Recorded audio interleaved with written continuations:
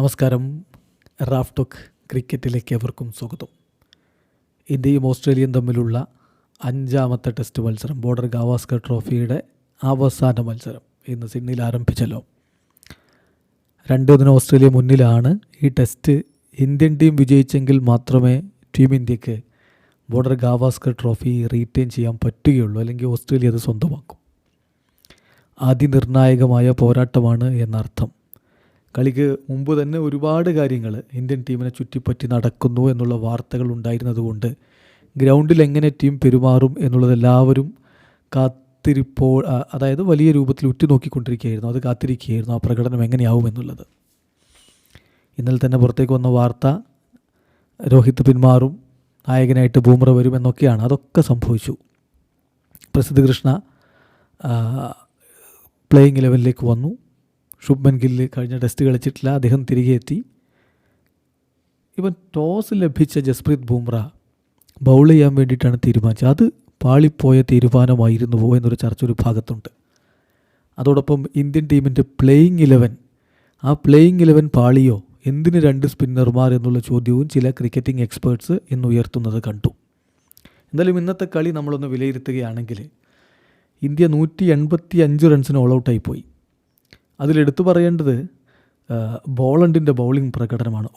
എന്തൊരു ബൗളിംഗ് പ്രകടനമായിരുന്നു അത്! കൃത്യമായ ആക്യുറസിയോടുകൂടി മിസ്റ്റീരിയസ് ലെങ്ത്തിൽ ചില ഘട്ടങ്ങളിൽ അദ്ദേഹം പന്തെറിഞ്ഞു. അങ്ങനെ ഇന്ത്യൻ ബാറ്റർമാരെ ശരിക്കും ബുദ്ധിമുട്ടിച്ചു ബോളണ്ട്. അദ്ദേഹം 4 വിക്കറ്റുകൾ വീഴ്ത്തി. പിന്നെ സ്റ്റാർക്കിന് 3 വിക്കറ്റ്, കമ്മിൻസിന് 2 വിക്കറ്റ്. അവരുടെ പേസർമാർ നല്ല പച്ചപ്പുള്ള പിച്ചാണ്. ആ പച്ചപ്പുള്ള പിച്ചിൽ മാക്സിമം അവർ എൻജോയ് ചെയ്ത് പന്തെറിഞ്ഞു. അവിടെയാണ് ആ 2 ചോദ്യം വരുന്നത്. ഇന്ത്യ ഇങ്ങനെ പിച്ചിൽ എന്തിന് 2 സ്പിന്നർമാരെ കളിപ്പിച്ചു, എന്തുകൊണ്ട് ടോസ് ലഭിച്ചിട്ട് ബാറ്റ് ചെയ്യാൻ വേണ്ടി തീരുമാനിച്ചു എന്നുള്ളത്. 185 ഇന്ത്യ ഓൾ ഔട്ട് ആകുമ്പോൾ പന്തിൻ്റെ 40 റൺസ്, അതൊരു പോരാടി നേടിയ 40 റൺസായിരുന്നു. എത്ര ഏറാണ് അദ്ദേഹത്തിന് കിട്ടിയത്! പക്ഷേ അദ്ദേഹം ചങ്കുറപ്പോടെ നിന്നു. അവസാനം അദ്ദേഹം പുറത്താവുന്ന കാഴ്ച. 40 റൺസ് അദ്ദേഹം വീഴും. ബൂമ്ര അവസാനത്തിലൊരു വിക്കറ്റ് വീഴ്ത്തിക്കൊണ്ട് ഓസ്ട്രേലിയക്ക് ആദ്യ അടി കൊടുത്തിട്ടുണ്ട്. പന്ത് കളി കഴിഞ്ഞിട്ട് പറഞ്ഞു 250 റൺസ് എടുത്തിരുന്നെങ്കിൽ അതൊരു പാർ സ്കോർ ആവുമായിരുന്നു എന്ന് പറഞ്ഞാൽ പിച്ചിൻ്റെ സ്വഭാവം അതാണ്. ഓസ്ട്രേലിയക്കും നാളെ അത്ര എളുപ്പമായിരിക്കില്ല ബാറ്റിംഗ് എന്നുള്ളതിൻ്റെ സൂചന അവിടെയുണ്ട്. എന്നാൽ അവസാന ഓവറിൽ ചെറിയ ഡ്രാമയൊക്കെ നടന്നല്ലോ. കോൺസ്റ്റാസിൻ്റെ ഓവറാക്കൽ പരിപാടിക്ക് ബൂമ്ര വിക്കറ്റ് കൊണ്ട് മറുപടി കൊടുത്തു. അതൊക്കെ നമുക്ക് ചർച്ച ചെയ്യേണ്ടതുണ്ട്. നിങ്ങൾക്ക് ഈ 1ാം ദിവസത്തെ കളി കഴിയുമ്പോൾ എന്താണ് അഭിപ്രായം? അതൊന്ന് കമൻറ്റ് ബോക്സ് രേഖപ്പെടുത്തുക. ആരോഗ്യകരമായ ക്രിക്കറ്റ് ചർച്ചകളുമായിട്ട് നമുക്ക് മുന്നോട്ട് പോകാം. നമുക്ക് വിശദമായിട്ട് കാര്യങ്ങളൊന്ന് പരിശോധിക്കാം. ടോസ് ലഭിച്ച ഇന്ത്യ ബാറ്റ് ചെയ്യാൻ വേണ്ടി തീരുമാനിക്കുന്നു. സ്കോട്ട് ബോളണ്ടിൻ്റെ ആ ഒരു ബൗളിംഗ്, അത് ഇന്നത്തെ ദിവസത്തെ ഏറ്റവും പ്രധാനപ്പെട്ട സംഗതിയാണ്. 20 ഓവറിൽ 8 മെയ്ഡൻ 31 റൺസിന് അദ്ദേഹം 4 വിക്കറ്റ് വീഴ്ത്തി. എന്തൊരു ആക്യുറസിയിലാണ് അദ്ദേഹം പന്തെറിഞ്ഞത്! അതുപോലെ മിസ്റ്റീരിയസ് ലെങ്ത്ത്, അത് ന്യൂ ബോൾ കൊണ്ടും as well as old one കൊണ്ടും അദ്ദേഹം മികച്ച രൂപത്തിൽ തന്നെ പന്തെറിഞ്ഞു. അത് ഹാൻഡിൽ ചെയ്യുക എന്നുള്ളത് ഇന്ത്യൻ ബാറ്റർമാർക്ക് നല്ല ബുദ്ധിമുട്ടായിരുന്നു. പ്രത്യേകിച്ച് ആ സിഡ്നിയിലെ ലഷ് ഗ്രീൻ പിച്ചിൽ മികച്ച രൂപത്തിൽ അദ്ദേഹം കൈകാര്യം ചെയ്തു. മിച്ചൽ സ്റ്റാർക്ക് തുടക്കത്തിൽ വളരെ വിക്കറ്റ് ലഭിക്കുക, സ്വിങ് ലഭിക്കുക എന്നുള്ള ഉദ്ദേശത്തിലാവണം. അദ്ദേഹം 2 ഫുള്ളായിട്ടാണ് എറിഞ്ഞുകൊണ്ടിരുന്നത്. ഫുള്ളർ ലെങ്ത്തിലാണ് എറിഞ്ഞുകൊണ്ടിരുന്നത്. പാറ്റ് കമിൻസ് ആവട്ടെ, അദ്ദേഹത്തിൻ്റെ ലെങ്ത്ത് ഒരല്പം ഷോർട്ടറായിരുന്നു. അങ്ങനെ അവർക്കൊക്കെ എറർ സംഭവിക്കുമ്പോഴാണ് മികച്ച രൂപത്തിൽ ബോളുണ്ട് പന്തെറിഞ്ഞുകൊണ്ടിരുന്നത്. അദ്ദേഹം ആദ്യ ഓവർ മുതൽ അങ്ങനെ എറിഞ്ഞു തുടങ്ങി. അദ്ദേഹത്തിൻ്റെ ആദ്യ ഓവർ മുതൽ അവിടെ മുതൽ അവസാനം വരെ ആ ഒരു മികവ് അദ്ദേഹം കീപ്പ് ചെയ്യുകയും ചെയ്തു. എന്തായാലും ഇന്ത്യൻ ബാറ്റിങ്ങിനെ കുറിച്ച് പറയുമ്പോൾ KL രാഹുലും നമ്മുടെ യശസ്വി ജയ്സ്വാളും ചേർന്നാണ് ഓപ്പൺ ചെയ്തത്. രാഹുൽ ഇന്ന് 4 റൺസ് മാത്രമാണ് എടുത്തത് എന്ന കാര്യം കൂടി ശ്രദ്ധിക്കണം. രാഹുലിനെ നമ്മൾ പ്രതീക്ഷിക്കുന്നത് മികച്ചൊരു തുടക്കം ടീം ഇന്ത്യക്ക് ലഭിക്കുമെന്ന രൂപത്തിലാണ്. പക്ഷേ അൺഫോർച്ചുനേറ്റ്ലി അദ്ദേഹം 4 റൺസുമായിട്ട് മടങ്ങിപ്പോകുന്ന കാഴ്ചയാണ് നമ്മൾ കണ്ടത്. 14 പന്തിൽ നിന്നിട്ട് അദ്ദേഹം 4 റൺസ് എടുത്തു. ഇന്ത്യയുടെ സ്കോർ ബോർഡിൽ അപ്പോൾ 11 റൺസാണുള്ളത്. സ്റ്റാർക്കിൻ്റെ പന്തിൽ കോൺസ്റ്റാസ് പിടിച്ചാണ് അദ്ദേഹം പുറത്തായത്. ദെൻ യശസ്വി ജയ്സ്വാളാണ് അടുത്തായിട്ട് പുറത്തു പോകുന്നത്. ബോളണ്ടിൻ്റെ പന്തിൽ വെബ്സ്റ്റർ പിടിച്ച് പുറത്താകുന്നു. 10 റൺസായിരുന്നു അദ്ദേഹത്തിൻ്റെ ഒരു സംഭാവന. ശുഭ്മൻ ഗില്ല് കുറച്ച് സമയമൊക്കെ നിന്നെങ്കിലും അവസാനം അദ്ദേഹം വീണുപോയി. കോഹ്ലി വന്ന പാടെ ഔട്ടാവേണ്ടതാണ്. ബട്ട് അത് ഒരു വിധത്തിൽ തേർഡ് അമ്പയർ ഔട്ടല്ല എന്ന് പറയുകയായിരുന്നു. സ്മിത്ത് ബോൾ ഇങ്ങനെ സ്കൂപ്പ് ചെയ്തിട്ട് കൊടുത്ത് അപ്പുറത്ത് ക്യാച്ചൊക്കെ എടുത്തെങ്കിലും ആ ബോൾ നിലത്ത് കൊണ്ടു എന്നുള്ളത് ആയിരുന്നു തേർഡ് അമ്പയറുടെ ഒരു തീരുമാനം. എന്തായാലും അദ്ദേഹം സർവൈവ് ചെയ്തു പോയി. കോഹ്ലി കുറച്ചുകൂടി ഡിറ്റർമൈൻഡ് ആയിരുന്നു. ഓഫ് സ്റ്റമ്പിന് പുറത്ത് പോകുന്ന പന്ത് അദ്ദേഹത്തിന് വീക്ക്നെസ് ഉണ്ട്, അത് എതിരാളികൾ മുതലെടുക്കുന്നുണ്ട് എന്നൊക്കെ കണ്ടറിഞ്ഞ് അദ്ദേഹത്തിൻ്റെ ആ സൈഡ് ഓൺ സ്റ്റാൻഡ് ഒരല്പം കൂടി അതായത് ആദ്യം ഒരല്പം ലെഗ് സൈഡിലേക്ക് ഇങ്ങനെ ഓപ്പൺ ആയിട്ടുള്ള സ്റ്റാൻഡായിരുന്നു, അത് മാറ്റിയിട്ട് കുറച്ചുകൂടി സൈഡ് ഓൺ ആയിട്ടുള്ള ഒരു സ്റ്റാൻഡിലേക്ക് അദ്ദേഹം വരുന്ന കാഴ്ച നമ്മൾ കണ്ടു. ബട്ട് അതൊക്കെ ആണെങ്കിലും അവസാനം കോഹ്ലി അങ്ങനെ തന്നെ ഔട്ടാവുന്ന രീതിയാണ് നമ്മൾ കണ്ടത്. പക്ഷേ നമുക്ക് ലഞ്ചിൻ്റെ സമയമാകുമ്പോൾ പ്രതീക്ഷയുണ്ടായിരുന്നു. 2 വിക്കറ്റേ വീണിട്ടുള്ളൂ. ഗില്ലുണ്ട്, കോഹ്ലിയുണ്ട്. ഗില്ല് വീണ്ടും ഒരു സ്റ്റാർട്ട് നേടുന്നു. ബട്ട് അൺഫോർച്ചുനേറ്റ്ലി അവസാനത്തെ പന്തിൽ, ലഞ്ചിന് മുമ്പുള്ള അവസാനത്തെ പന്തിൽ അദ്ദേഹം പുറത്തായി പോകുന്ന കാഴ്ചയാണ് നമ്മൾ കണ്ടത്. തീർച്ചയായിട്ടും അതൊരു വലിയ നിരാശയായിരുന്നു. ഈ സെഷൻ്റെ അവസാനത്തിൽ വിക്കറ്റ് വീഴുക എന്ന് പറയുമ്പോൾ പ്ലാനൊക്കെ ആകെ മാറി മറിഞ്ഞു പോകും. രണ്ടാം സെഷനിലാവട്ടെ നമുക്ക് കിങ് കോഹ്ലിയെ നഷ്ടപ്പെടുന്ന ഒരു കാഴ്ചയാണ് കണ്ടത്. കോഹ്ലി നമ്മൾ പറഞ്ഞല്ലോ, അദ്ദേഹത്തിൻ്റെ സ്റ്റാൻഡിലൊക്കെ മാറ്റം വരുത്തിയിട്ടുണ്ടായിരുന്നു. ബട്ട് അൺഫോർച്ചുനേറ്റ്ലി അദ്ദേഹത്തിന് ആ ഓഫ് സ്റ്റമ്പിന് വെളിയിൽ പോകുന്ന പന്ത് അത് തൊടാതിരിക്കാൻ വേണ്ടി മാക്സിമം അദ്ദേഹം ശ്രമിച്ചിരുന്നു ഇതുവരെ. ബട്ട് അത് അൺഅവോയ്ഡബിൾ ആയിട്ടാണ് കണ്ടത്. ഒടുവിൽ അദ്ദേഹം 69 പന്തുകൾ നേരിട്ടു, ഒറ്റ ഫോറും അടിക്കാത്തൊരു ഇന്നിങ്സ്. അദ്ദേഹത്തിൻ്റെ ടെസ്റ്റ് കരിയറിൽ ഒരു പക്ഷേ ഇങ്ങനെയൊന്ന് ആദ്യമായിട്ടായിരിക്കണം. എന്നിട്ട് അദ്ദേഹം എഡ്ജ് ചെയ്തു ക്യാച്ചായി പോകുന്നു. 17 റൺസാണ് അദ്ദേഹം എടുത്തിട്ടുണ്ടായിരുന്നത്. സോ നോക്കുക, ഈ ബോർഡർ ഗവാസ്കർ സീരീസിൽ ഇതേ പാറ്റേണിൽ അദ്ദേഹം ഔട്ടാവുന്നത് ഇത് 7ാം തവണയാണ്. സോ ഒരിക്കൽ കൂടി അത്തരത്തിൽ അദ്ദേഹം പുറത്താകുന്നു, ആരാധകർക്ക് വലിയ നിരാശയുണ്ടാക്കുന്നു. പിന്നെ നമ്മൾ ഋഷഭ് പന്തും രവീന്ദ്ര ജഡേജയും ചേർന്നുകൊണ്ട് ടീമിനെ മുന്നോട്ട് കൊണ്ടുപോകാനുള്ള ശ്രമം, ഒരു റിപ്പയർ വർക്ക്. അതിനിടയ്ക്ക് രവീന്ദ്ര ജഡേജയുടെ ക്യാച്ച് സ്ലിപ്പിലേക്ക് പോകുന്നുണ്ട്, സ്റ്റീവ് സ്മിത്ത് അത് ഡ്രോപ്പ് ചെയ്ത് കളയുന്നുണ്ട്. ഒരു വലിയ ലക്കിയായിരുന്നു അത്. സമയം പന്തൊരു ഭാഗത്ത് തൻ്റെ ശരീരത്തിൽ ബോളൊക്കെ നേരിട്ട് കൊണ്ട് നിൽക്കുന്നൊരു കാഴ്ച. അങ്ങനെ മുന്നോട്ട് പോയിക്കൊണ്ടിരിക്കവെയാണ് അടുത്ത സെഷനിൽ വിക്കറ്റുകൾ വീഴുന്നൊരു കാഴ്ച. തുടരെ വിക്കറ്റുകൾ വീഴുന്നു, പന്തിനെ പുറത്താക്കുന്നു. തൊട്ടു പിന്നാലെ ഗോൾഡൻ ഡക്കായിട്ട് നിതീഷ് കുമാർ റെഡ്ഡിയെ പറഞ്ഞു വിടുന്നു. ബോളുണ്ട്,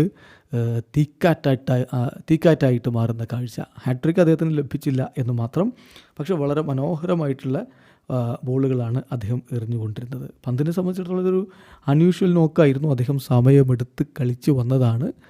പക്ഷേ എന്ത് ചെയ്യാം, അദ്ദേഹത്തിൻ്റെ വിക്കറ്റ് വീണതോടുകൂടി അദ്ദേഹമാണ് ഇന്ന് ടോപ്പ് സ്കോറർ. 40 റൺസാണ് അദ്ദേഹം അടിച്ചത്. പിന്നീട് കാര്യങ്ങൾ നമുക്ക് പൂർണ്ണമായിട്ടും കൈവിട്ടു പോകുന്നു. പ്രത്യേകിച്ച് എടുത്തു പറയേണ്ട ഒരു കാര്യം, ഇന്ത്യയുടെ വാലറ്റത്തിൻ്റെ കാര്യം കമിൻസും സ്റ്റാർക്കും കൂടി അങ്ങ് ഏറ്റെടുത്തു എന്നുള്ളതുമാണ്.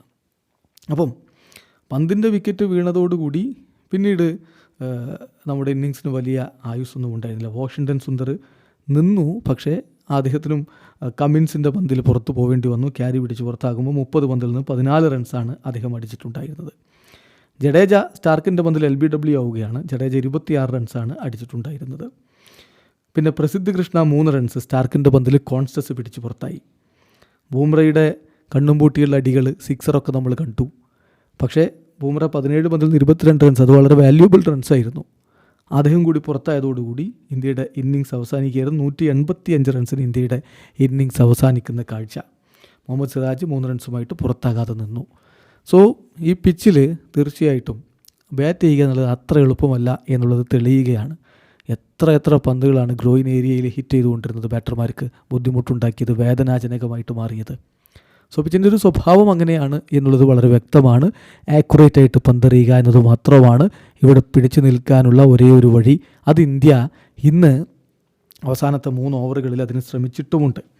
അങ്ങനെയാണ് ഉസ്മാൻ ഖ്വാജയുടെ വിക്കറ്റ് ലഭിക്കുന്നത്. ബൂംറക്കാണ് ആ വിക്കറ്റ്. 2 ഓവറിൽ 7 റൺസിന് അദ്ദേഹം ഒരു വിക്കറ്റ് എടുത്തു. കോൺസ്റ്റസ് ഒരു 4 അടിച്ച് തുടങ്ങിയതാണ്. അതിനുശേഷം സിറാജിൻ്റെ ഒരു ഓവർ 2 റൺസ് മാത്രം അദ്ദേഹം കൊടുത്തു. പിന്നെ 3ാമത്തെ ഓവർ ബൂംറ എറിയാൻ വരുമ്പോൾ 5 മിനിറ്റിൽ താഴെ സമയം മാത്രമാണ് ബാക്കി ഉണ്ടായിരുന്നത് കളിയിൽ. അതുകൊണ്ട് തന്നെ അദ്ദേഹം വളരെ വേഗത്തിൽ ഓവർ കംപ്ലീറ്റ് ചെയ്തുകൊണ്ട് ഓരോ ഓവർ കൂടി എറിയാനുള്ള സമയം ഉണ്ടാകും. അതായത് 6 മണി, ലോക്കൽ ടൈം 6 മണിക്കാണ് കളി അവസാനിക്കുക. അപ്പോൾ 6 മണി ആകുന്നതിന് മുമ്പ് 1 മിനിറ്റെങ്കിലും ബാക്കി വെച്ചുകൊണ്ട് അദ്ദേഹത്തിൻ്റെ ഓവർ ബാക്കി തീർത്ത് കഴിഞ്ഞാൽ ഒരു ഓവർ കൂടി വേണമെങ്കിൽ എറിയാം. അതുകൊണ്ടാണ് അദ്ദേഹം അത്തരത്തിൽ ശ്രമിച്ചത്. പക്ഷേ 4 പന്തുകളായപ്പോൾ സംഗതി പിടികിട്ടി ഉസ്മാൻ ഖോജയ്ക്ക്. ഇങ്ങനെ പോയാൽ ഒരു ഓവർ കൂടി ഈ വൈകുന്നേരം സമയം നിൽക്കേണ്ടി വരും. അത്ര എളുപ്പമുള്ള കാര്യമല്ല സർവൈവ് ചെയ്ത് പോവുക എന്നുള്ളത്. അതുകൊണ്ട് അദ്ദേഹം ടൈം വേസ്റ്റിംഗ് കാര്യത്തിലേക്ക് പോയി. അദ്ദേഹം റെഡി ആവാൻ ഒരൽപ്പം വൈകി സമയമെടുത്തു. ബൂമ്രയ്ക്ക് കാര്യം മനസ്സിലായി. ബൂമ്ര എന്താണിത് എന്ന് ചോദിക്കുകയും ചെയ്തു. അത് ഖോജയും ബൂമ്രയും അതങ്ങനെ തീർന്നു പോകേണ്ട കാര്യമാണ്. പക്ഷേ നോൺ സ്ട്രൈക്കേഴ്സ് എൻഡിൽ നിൽക്കുന്ന 19-കാരൻ പയ്യനെ അതത്ര പിടിച്ചില്ല. അവനത് കയറി ഇടപെട്ടു, ബൂമ്രയോട് കയർക്കുന്നു. ബൂമ്ര തൻ്റെ റണ്ണപ്പിൻ്റെ അവിടെ നിന്ന് അങ്ങോട്ട് കോൺസ്റ്റസിൻ്റെ അടുത്തേക്ക് പോകുന്നു. വാക്ക് തർക്കമാകുന്നു. എന്തായാലും അമ്പയർ കൃത്യമായ സമയത്ത് ഇടപെട്ടത് കൊണ്ട് മറ്റു പ്രശ്നങ്ങളൊന്നും ഉണ്ടായില്ല. പിന്നെ നടക്കുന്നത് എന്താ? ആരെയാണ് ഇവൻ വിളിച്ചുണർത്തിയത്? ഈ 19-കാരൻ ജസ്പ്രീത് ബൂമ്രയെ. ബൂമ്രയുടെ അടുത്ത് പന്തും കഴിഞ്ഞിട്ട് പിന്നെ കാണുന്നത് ദിവസത്തെ അവസാന പന്തിൽ ഉസ്മാൻ ഖോജ പുറത്താകുന്നതാണ്. അതൊരു വല്ലാത്ത സീനായിരുന്നു. ഹെഡ് ചെയ്ത് ക്യാച്ചായി പോകുന്നു. മനോഹരമായിട്ടൊരു ലോ ആയിട്ട് വന്ന ക്യാച്ച് രാഹുൽ അത് കൃത്യമായിട്ട് കംപ്ലീറ്റ് ചെയ്തു. 10 പന്തിൽ നിന്ന് 2 റൺസിന് ഖോജ പുറത്താക്കുന്നു. ആ സമയത്തുള്ള ഇന്ത്യൻ ടീമിൻ്റെ ഒരു ആഘോഷം കാണണം. നേരെ എല്ലാവരും ടാർഗറ്റ് ചെയ്യുന്നത് കോൺസ്റ്റസിനെയാണ്. അവൻ ചോദിച്ചു വാങ്ങിയതാണ്, മറ്റൊന്നും പറയാനില്ല അതിൽ. ബൂമ്രയും വിക്കറ്റ് ആഘോഷിക്കുമ്പോൾ നേരെ അവൻ്റെ നേരെ തിരിഞ്ഞിട്ടൊരു ഐസ് കോൾഡ് സ്റ്റെയർ കൊടുത്തിട്ടുണ്ട്. വല്ലാത്തൊരു നോട്ടമായിരുന്നു അത്. ആളറിഞ്ഞ് കളിക്കട എന്ന് പറയുന്ന തരത്തിലുള്ളൊരു നോട്ടം. ഇവിടെ നമ്മളൊരു കാര്യം കൂടി മനസ്സിലാക്കേണ്ടത്, യഥാർത്ഥത്തിൽ ഉസ്മാൻ ഖോജയുടെ വിക്കറ്റ് നഷ്ടപ്പെടാൻ കാരണം കോൺസ്റ്റസ് ആണെന്ന് ഞാൻ പറയും. കാരണം ഖോജ എന്താ ചെയ്യാൻ ശ്രമിച്ചത്? ആ 2 പന്തുകൾ ഒരൽപ്പം സമയമൊക്കെ എടുത്ത് അങ്ങ് ഒഴിവാക്കി തീർത്ത് ഇന്നത്തെ ദിവസം തീർക്കാനാണ്. പക്ഷേ 5ാമത്തെ പന്തിന് മുമ്പ് ഈ ഒരു ഡ്രാമ ഉണ്ടാകുന്നു. ഖോജയ്ക്ക് അദ്ദേഹം ക്രീസിൽ സ്റ്റാൻഡ് ചെയ്യുന്നതിൻ്റെ ഗാർഡിൻ്റെ അവിടെ നിൽക്കുന്ന ആൾ പിന്നീട് ഈ വിഷയമൊക്കെ ഉണ്ടാകുമ്പോൾ പിച്ചിൻ്റെ മിഡിലേക്ക് വന്ന് ഒന്ന് കൈയൊക്കെ മുട്ടി തിരികെ പോകുന്ന ഒരു സിറ്റുവേഷൻ ഉണ്ടാകുന്നു. അദ്ദേഹത്തിൻ്റെ കോൺസെൻട്രേഷൻ ഈ ഒരു വിഷയത്തിൽ നഷ്ടപ്പെട്ടിട്ടുണ്ട് എന്നുള്ളത് വ്യക്തമാണ്. അതിൻ്റെ ഒരു തുടർച്ചയായിട്ടാണ് ആ വിക്കറ്റ് നഷ്ടമാകുന്നത്. ഇതാണ് പറയുന്നത്, ടെസ്റ്റ് ക്രിക്കറ്റാണ്, മൈൻഡ് ഗെയിം ഉണ്ടാകും. ആ മൈൻഡ് ഗെയിമിൽ നമ്മൾ മാത്രമല്ല ജയിക്കുക, എതിരാളി കൂടി ജയിക്കും എന്നുള്ളത് കോൺസ്റ്റസിനെ പോലെയുള്ള 19-കാരൻ ഒന്ന് മനസ്സിലാക്കുന്നത് നന്നായിരിക്കും. അല്ലെങ്കിൽ ഇതേപോലെ സംഭവങ്ങളുണ്ടാകും. മുമ്പ് മിച്ചൽ ജോൺസൺ ഇതുപോലെ ആൻഡേഴ്സൺ ഒന്ന് കയറി ചൊറിഞ്ഞതാണ്. അന്ന് കിട്ടിയത് നിങ്ങൾക്ക് ഓർമ്മയുണ്ടാകുമല്ലോ. ഏതാണ്ട് അതേ കിട്ടലാണ് ഇപ്പോൾ കിട്ടിയിരിക്കുന്നത്. എന്തായാലും നാളെ ഒരു തീപ്പൊരി പോരാട്ടം കാണാൻ കഴിഞ്ഞേക്കും. ബൂമ്ര ഒന്ന് ഉണർന്നിട്ടുണ്ട്. നാളെ അദ്ദേഹം സംഹാര താണ്ഡവം ആടിയാൽ അത്ഭുതപ്പെടേണ്ടതില്ല. എന്തായാലും ഇന്നത്തെ ദിവസം പൂർണ്ണമായിട്ടും ഓസ്ട്രേലിയയെ കൊണ്ടുപോയേനെ ഈ ഒരു വിക്കറ്റ് വീണില്ലായിരുന്നെങ്കിൽ. ഈ വീണ വിക്കറ്റ് ഇന്ത്യക്ക് തീർച്ചയായിട്ടും വലിയ പ്രതീക്ഷ നൽകുന്നുണ്ട്. പിച്ചിലെ ബൗൺസിൻ്റെ കാര്യത്തിൽ സംശയങ്ങളുണ്ട്. ഇപ്പം ഖോജയൊക്കെ പുറത്തായ പന്ത് കണ്ടില്ലേ, അത് അത്രയധികം ബൗൺസ് ഇല്ലാതെയാണ് വന്നിട്ടുള്ളത്. സോ അതൊക്കെ ബാറ്റിംഗ് കൂടുതൽ ദുഷ്കരമാക്കും എന്നുള്ള കാര്യവും ഉറപ്പാണ്. ബാക്കി കാര്യം നമുക്ക് നാളെ കാണാം. നാളെ ആദ്യ സെഷനിൽ തന്നെ ഇന്ത്യൻ ബൗളർമാർ നായകൻ ജസ്പ്രീത് ബൂമ്രയുടെ കീഴിൽ കൊടുങ്കാറ്റഴിച്ചു വിടട്ടെ. വീഡിയോ അവസാനിക്കുന്ന ക്രിക്കറ്റ് ലോകത്തെ കൂടുതൽ വിശേഷങ്ങളുമായി റാഫ് ടോക്സ് കൊണ്ടുവെത്താം.